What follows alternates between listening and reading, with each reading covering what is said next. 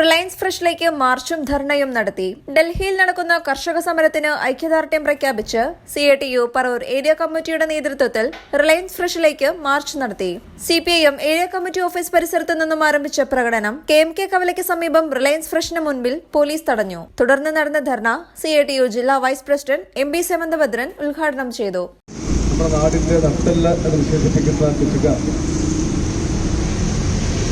ഇന്ത്യയുടെ തലസ്ഥാന നഗരിയിൽ സമരം ആരംഭിച്ചിട്ടേക്ക് 40 ദിവസം കഴിയാണ്. ഈ സമരത്തെ ഉയർത്തുന്ന മുദ്രാവാക്യം രാജ്യം മാത്രമല്ല ലോകമാകെ ചർച്ച ചെയ്യുകയാണ്.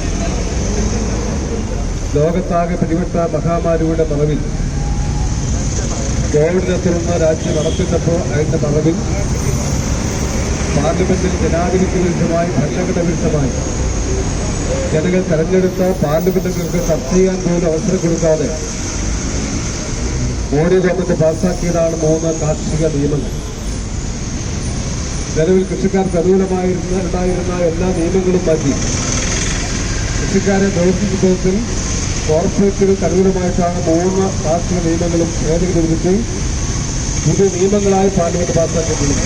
CATU area president TS Rajan അധ്യക്ഷനായി. KB Jayaprakash, CA Rajeev, PK Surendran എന്നിവർ സംസാരിച്ചു. KA Vidyanandan, NS Anilkumar, AA Pavithran, VS Shadanandan, KS Aneesh, TS baby, PP Arush എന്നിവർ നേതൃത്വം നൽകി. സമദർശി ന്യൂസ് ഡെസ്കിൽ നിന്നും കാജൽ ജ്യോതിലാൽ.